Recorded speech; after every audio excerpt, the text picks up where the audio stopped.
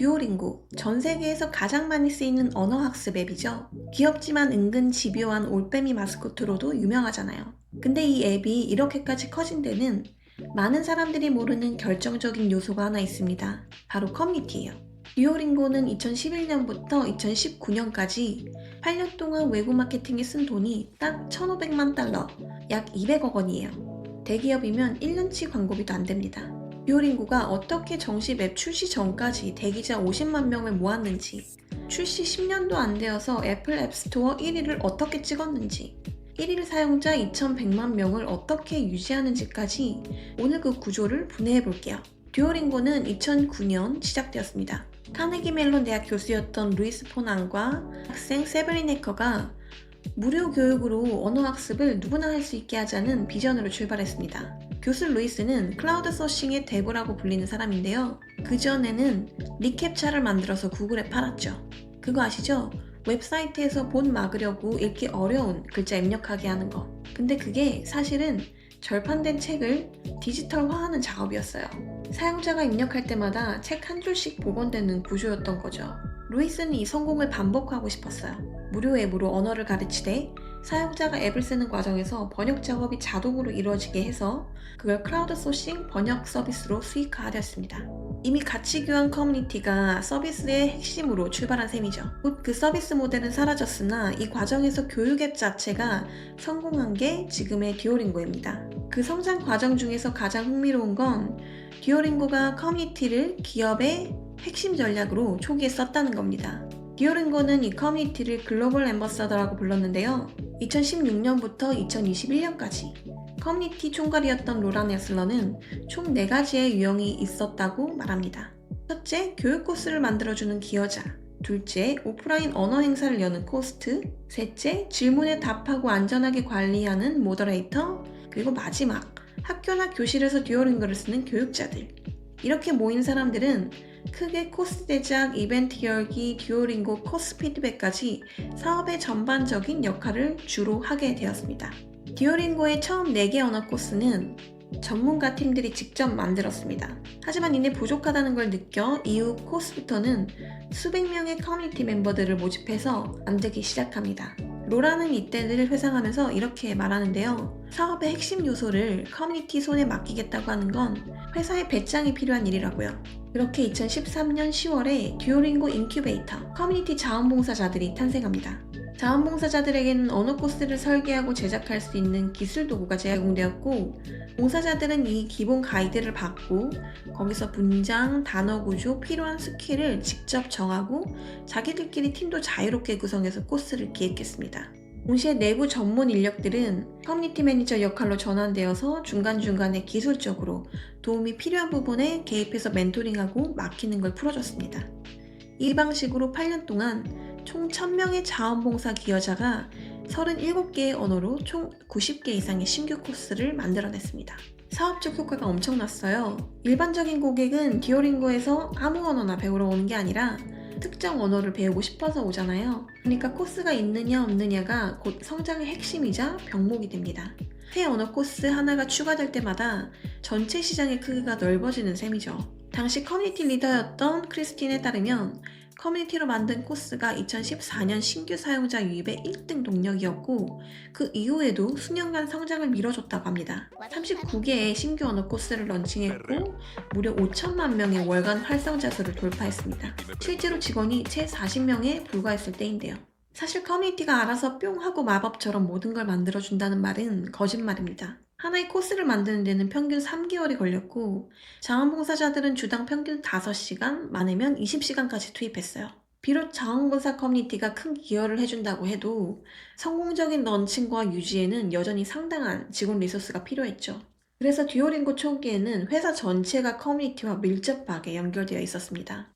당시 듀오링고 팀 전체가 커뮤니티와 끊임없이 소통하고 엔지니어들까지 이 과정에서 참여하면서 이 커뮤니티 안에서 서로의 이름을 다 알고 있었을 정도니까요.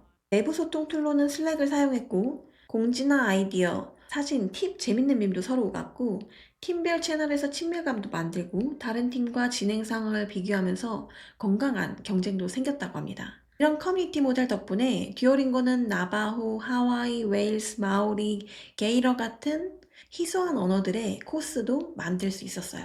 당시 아일랜드 대통령 마이클 디 히긴스가 직접 디올링거에 감사를 표하면서 국가적이자 세계적 시민 행위라고 말했을 정도예요. 언어학습 앱에는 고질적인 문제가 하나 있습니다. 바로 리텐션. 사람들이 코스를 끝내고 나면 다음으로 학습을 안 이어간다는 건데요. 듀오링고는 이걸 해결하기 위해서 이벤트를 만듭니다. 2017년에 시작한 듀오링고 이벤트는 학습자들이 모여서 실제로 말하기 연습을 하는 자리였어요. 처음에는 오프라인, 나중엔 온라인 화상통화로도 확장됐죠. 결과는 폭발적이었습니다.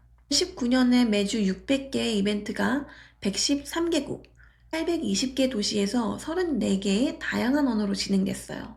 상하이에서 이탈리아어 모임하고 난리 났었죠. 한창 물이 오를 때는 매주 800개까지 이벤트가 열렸습니다. 로라는 오프라인 이벤트에 대해 이렇게 설명하는데요. 많은 사람이 거기서 어떤 수치를 뽑아내려고 하는데 그게 핵심이 아니라 핵심은 미션과 브랜드를 현실에서 작동시키는 거라고요. 코스 제작과 이벤트 외에도 듀오링고 커뮤니티는 지식 공유 포럼을 열었습니다. 동료 학습자끼리 지식을 주고받는 포럼이 있었고 멤버가 무려 100만 명 이상이었다고 해요. 학습자들이 코스 내용을 토론하고 제품 피드백을 남기고 언어의 세세한 뉘앙스까지 같이 파고들면서 토론하는 곳이었습니다. 한 번은 이 커뮤니티에서 부엉이 마스코트 밈을 기반으로 만든 만우절 캠페인이 화제가 되어서 SNS에 800만 건이 언급되었고 유튜브 조회수가 수백만이었고 언론 보도가 600건까지 이어졌다고 합니다. 결과로 iOS 신규 이용자 수가 70% 증가했고 안드로이드 유저는 55%까지 들어왔다고 해요. 결국 커뮤니티에서 자발적으로 만들어진 콘텐츠 하나가 그 어떤 광고보다 강력하게 기능한 것입니다.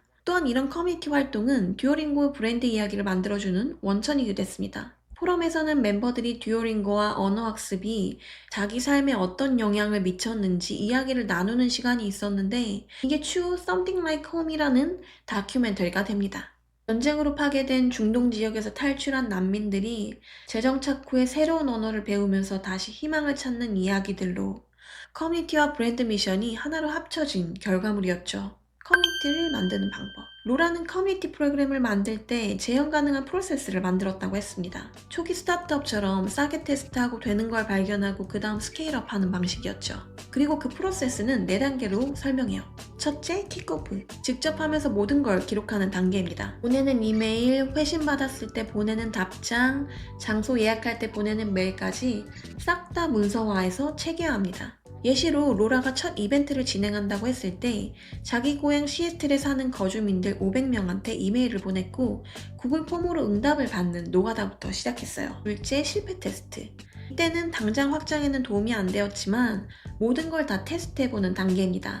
로라는 행사를 만들 때 오후에 해보기도 하고 튜터를 데려오고 도서관에서도 해보고 바에서도 열어보고 파트너십도 시도해보고 공유 오피스 공간에서 열어보면서 40번 넘게 고치고 테스트했었다고 해요. 디테일 하나하나 다 따져서 행사의 프로세스를 완벽하게 만들어냈습니다. 셋째, 추적. 이벤트를 열고 난 뒤 리텐션을 측정하는 단계인데요. 이번 주에 이벤트를 열면 다음 주에 이번 주 참석자 중 몇 명이 다시 오는지 끈질기게 추적합니다. 만약 뭔가 정체되어 있는 느낌이 들면 다시 돌아가서 프로세스를 전면 재수정했죠. 또한 각 이벤트마다 설문지를 받아서 피드백을 적극적으로 반영했습니다. 넷째, 확장. 로라는 이런 질문을 던집니다. 내가 프랑스어를 못하는데 누군가 나 대신 프랑스어 이벤트를 열게 할 수 있을까? 즉, 타인의 동기를 이용해서 참여를 만들어야 하는 과정인 거죠. 로라는 이 과정을 한 번 성공했을 때 그 다음부터 사람들이 자발적으로 직접 이벤트를 열겠다고 지원했다고 합니다. 이 과정이 이루어지고 나서 그때부터 본격적으로 확장을 시도했죠. 로라가 이렇게 말합니다. 직접 5번의 이벤트를 열고 프로세스를 만든 다음에 10개 도시로, 50개 도시로, 100개 도시로 키울 수 있었다고요. 그렇게 듀오링고가 주당 100개 이벤트까지 도달하는데 약 6개월이 걸렸고 그 6개월 동안 총 900건 이상의 이벤트가 240개 도시, 60개국에서 열렸으며 1년차 끝에 월 500건, 2년차 끝에 주 500건, 피크 시 주 800건까지 이어진 겁니다. 이렇게 이벤트에 참여하는 멤버들은 다른 학습자와 연결되고 본인의 실력을 키울 수 있습니다. 반대로 회사는 커뮤니티를 통해 시장 규모를 확장하고 더 빠른 제품 출시를 하면서 입소문을 만들어내고 코스 개발비 수백만 달러를 아낄 수 있었죠. 하지만 로라는 커뮤니티로 사업을 확장할 때 주의해야 할 게 있다고 말했습니다. 인센티브로 커뮤니티를 키우면 안 된다고 하죠. 커뮤니티는 본질적으로 거래가 아니라고요. 로라는 말합니다. 각종 인센티브를 주면서 커뮤니티의 성장을 비약적으로 달성하고 싶은 유혹이 정말 크지만 본질적으로 커뮤니티는 느리고 거래적이지 않다고 하죠. 사람들이 원하는 건 더 깊은 수준에서의 연결과 인정, 지지이며 그 과정에서 절대로 진정성을 저버려서는 안 된다고 합니다. 그래서 프로그램 설계 전에는 동기가 맞는지 세심하게 살펴봐야 한다고 하는데요. 듀오링고에는 언어가 사라지는 걸 막고 싶어서, 자기 나라 언어를 더 많은 사람이 쓰게 하고 싶어서, 다른 문화권 사람들과 연결되고 싶어서, 예전에 배운 언어 지식을 유지하고 싶어서 등등 다양한 사람들이 왔는데요. 그들이 왜 기여를 하고 싶어 하는지를 살펴야 하고 그 내재적 동기를 잘 이해해서 적절한 기회를 줘야 한다는 거죠. 그래서 비단 코스뿐만 아니라 인큐베이터 서밋 같은 커뮤니티 참여자를 위한 전용 이벤트를 열어서 전 세계 자원봉사자들을 한자리에 모았고 새 앱 기능이 나올 때마다 글로벌 앰버서더 전체 대상으로 Q&A 웨비나를 열어서 독점 얼리 액세스를 제공했습니다. 어떤 경우에는 커뮤니티 팀이 멤버들에게 대학원 취업 추천서를 써주기도 했고요. 코스 제작자의 이름을 앱에 표시하고 감사 카드를 만들어서 편지를 써서 영상 통화로 감사를 전했어요. 크리스티는 진정성 있게 자원봉사자들에게 감사하는 방법을 끊임없이 고민했다고 회상합니다. 듀오링고의 커뮤니티 프로그램은 지금 전부 종료됐습니다. 코스 제작 프로그램은 2021년 상장 직전까지 8년간 운영됐고 이벤트도 그때 끝났어요. 포럼은 그 다음 해인 2022년 3월 22일에 문을 닫았고요. 왜 듀오링고는 가장 강력한 성장 전략이었던 커뮤니티를 왜 한순간에 멈추게 되었을까요? 지금 유료 서비스로 돈을 벌고 있기 때문이에요. 처음 자원봉사자들과 시작했을 때는 수익 모델이 없었지만 이제는 기업이 이익을 내는 구조가 됐죠. 그래서 봉사자들의 고마운 도움을 회사의 돈벌이 계속 활용하는 건 도리가 아니라고 생각한 겁니다. 또한 이제는 취미를 하는 영역을 넘어 엄격한 타임라인과 개발이 필요했기 때문에 자원봉사자들한테 그런 책임을 부여하기 힘들다고 판단했습니다. 그래서 종료 과정에서 일부 자원봉사자들에게는 듀오링고 직원 자리를 제안했고 듀오링고 언어 임팩트 어워드를 만들어서 400만 달러 기금을 커뮤니티에 배분했어요. VIP 이벤트도 만들어서 혜택을 제공했습니다. 듀오링고는 커뮤니티 비즈니스 모델 그 자체로 설계하여 비약적인 성장을 이뤄냈습니다. 설립 초기 작은 규모였던 듀오링고가 수억 명에게 언어 코스를 제공할 수 있었던 유일한 방법은 바로 커뮤니티의 힘이었습니다. 커뮤니티가 직접 코스를 제작하고 이벤트를 운영하며 제품 테스트와 홍보까지 도맡았기 때문이에요. 여러분이 하고 있는 사업에도 커뮤니티를 잘 설계해서 녹여낸다면 다른 경쟁사들이 넘보지 못하는 경쟁력을 만들어낼 수 있습니다. 지금까지 커뮤니티를 사업으로 바꾸는 사람들 모임이었습니다.